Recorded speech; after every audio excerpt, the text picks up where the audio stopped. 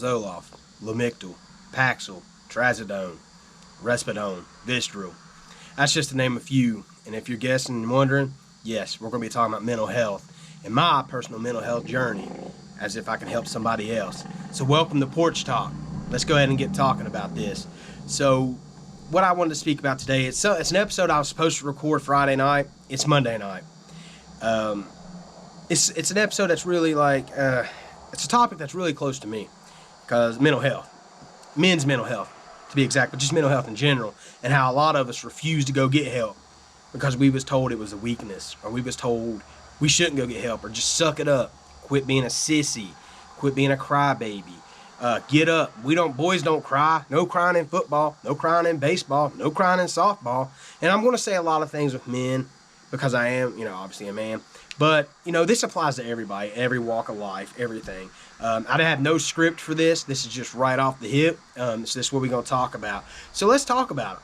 So all my life growing up, I'd been scared to death to get in front of people, scared to death to talk to people, didn't believe in myself, thought I was less than or not good enough, thought that I just, would always sit there and stay up at night wondering what's going to happen tomorrow. What's the next thing? What's the next day got in store for me? Why does this happen to me? Why ain't I good enough? That's everything that used to go through my mind. And then I'd have these internal conversations of, you're not good enough. You suck. You're a loser. You're not great. You don't need to do this. You don't need to do that. Just sit down. I'd have friends call me, hey, you want to go out? Immediately in my mind, I'd be like, no, you don't want to go out. I want to go out. But my mind would tell me, no, you're not going out. You're not having fun. You're going to stay in here. You're just going to lay in bed all day. And that's what I did for the most of my life until I was down at a wedding. And this is a true story. I went to a buddy's wedding, and there was a bunch of people there. I mean, it was a huge wedding. I was driving a four-wheeler just to transport people back and forth to certain areas.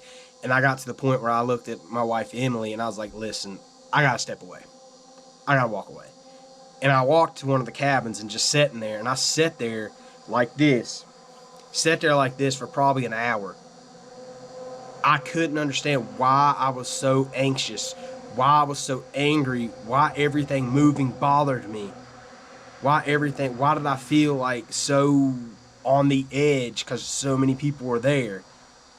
And then I bottled it up and said, you know what? You're not sissy. Keep going. Keep trucking. We don't deal with this. We're men. We don't talk like that. So that's what I did. And then I started working in a field where it got worse. I started watching everybody. I stopped talking to people. I withdrew from everybody because I felt like nobody wanted to hang out with me. I'm not funny. Nobody wants to talk to Andrew. Nobody wants to be around Andrew. And that's what I thought in my head, and that's what myself was telling myself.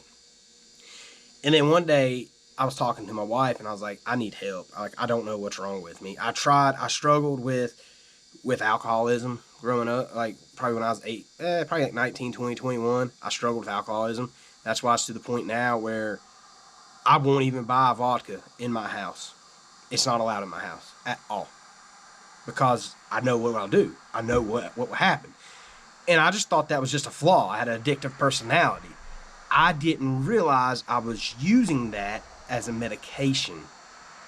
And I'm not using that as an excuse because everybody makes a choice. Everybody that does something makes the conscious choice to do something until they can no longer make that choice and force themselves to do it. Their mind forces them to do it. And what I'm getting at is, and I'm not just ranting, I'm not just complaining, I'm just telling you my personal journey. One day I went down here to Porch Medical Center and I'm like, look, I don't know what's wrong with me. I said, I don't know what's wrong with me. I said, I don't feel like I'm good enough. I don't feel like I fit in. I said, I don't even feel like being here anymore. So they put me on some medication, and it made me feel okay. But it wasn't the best feeling. I still felt horrible. So I went back, and they changed it to something else. And I'm like, this really ain't doing nothing for me. And I went back, and they changed it again. And I'm going to stress that part because that's where people give up.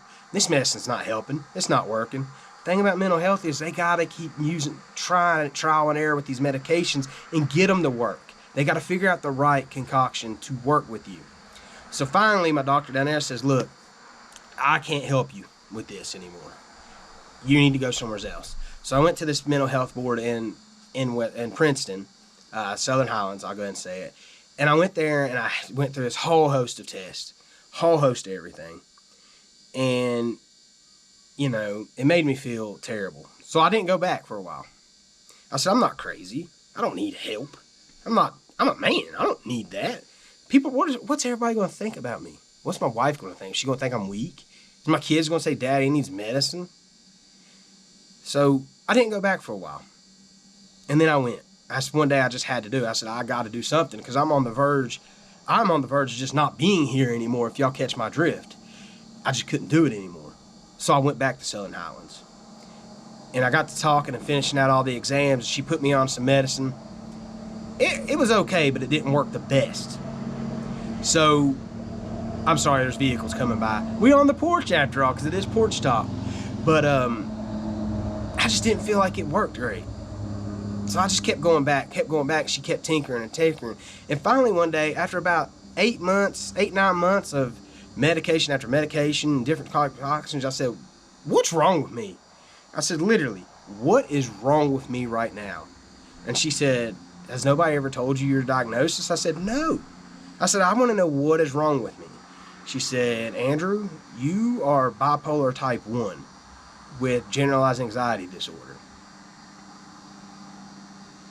And I thought that would help, knowing what was wrong with me. But in return, it made me feel even worse. It made me feel like I wasn't good again. It made me feel like I wasn't good enough again. It made me feel like I couldn't accomplish anything in life. It made me feel crazy and useless. That's truly when I got my diagnosis. I was probably 29 years old. I am 36 now, and I still deal with that. So yeah, that was that part. So I started taking medication, and I got really good. I got to feeling great. I have a lot of manic episodes, and I know anybody that knows me is like, man, Andrew, man, he is all on the day. He is going wide open. He's talking. He's getting all this stuff done. And then the next day, like, dude, what is wrong with him? He has no energy. He's hateful. He's irritable. What's his deal? It's bipolar. So I started feeling good. And then I got to saying, you start feeling good, and you look at this handful of medication you're taking, and you're like, why do I have to take these pills to feel normal? What did I do to deserve taking this handful of pills to feel normal? Why do I have to take this handful of pills to feel normal when everybody else gets to feel normal? And you start having that self-doubt, and then you get into that anger and that hatred of your medication, and I stopped taking them. I said, I'm not doing this anymore. I took them for so long, and then I just stopped. I said, I'm not doing it anymore. I said, I'm not crazy. I don't need them. I'm fine. I stopped. Cold turkey. And the next 3 months of my life were terrible. I had head zaps. I felt sick. I felt horrible. Just felt terrible. That was last year, guys. That was last year. Then I go through football season. Last January. Well, actually, no. I'm lying to you guys. This is September 1st. So it was back in June. I said, my boss, which is one of my best friends, my wife, and a couple other people are like, look, man, you need to go get some help. I'm like, you're constantly manic. You're constantly down. You need help. Your anxiety's getting the best of you. You need help. So I went back, and I walked back in the Southern Highlands like a dog with his tail tucked between his legs because I thought I lost the battle. I lost the battle to my anxiety. I lost the battle to my bipolar disorder. I thought I lost. That's what is ingrained in our minds as men growing up, is that going to get help is a failure, is a loss, is a fault in us.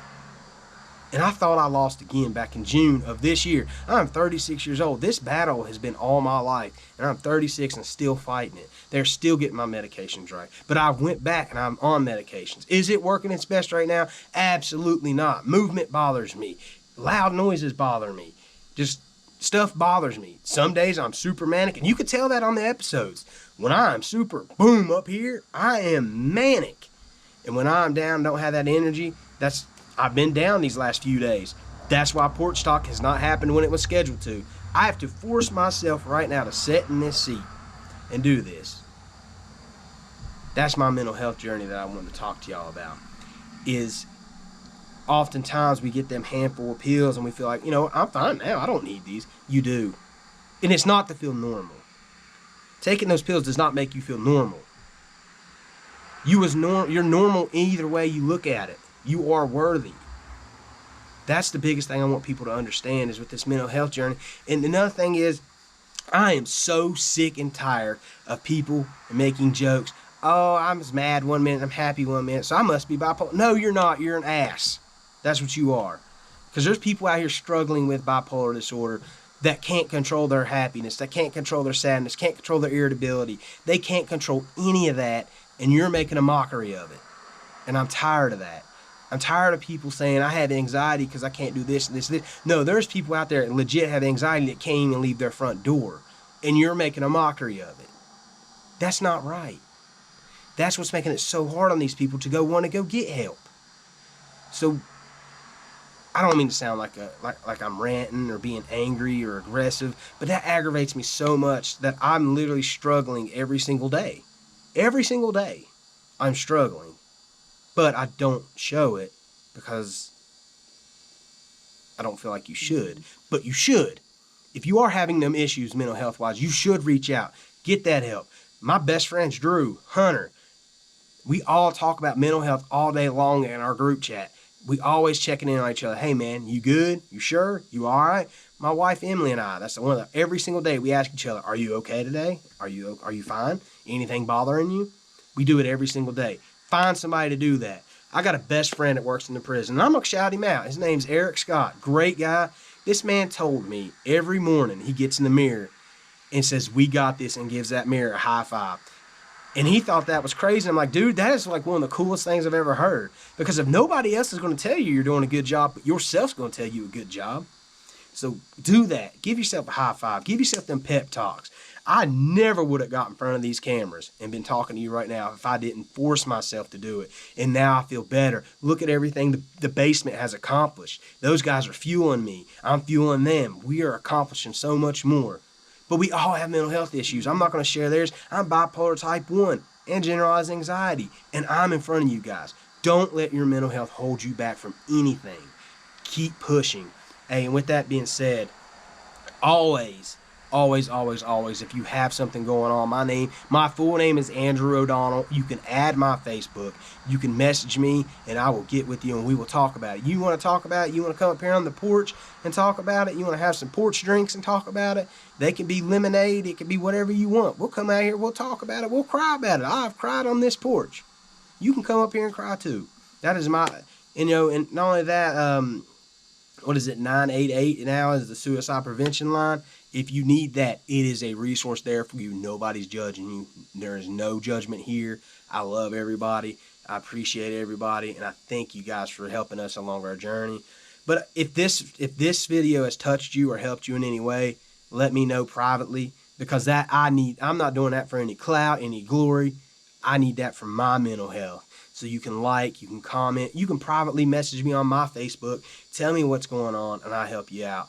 I appreciate you guys. Y'all have a great day, and that's Porch Talk, where this was definitely my passion today, and hopefully it was your entertainment and passion as well. Y'all have a great day.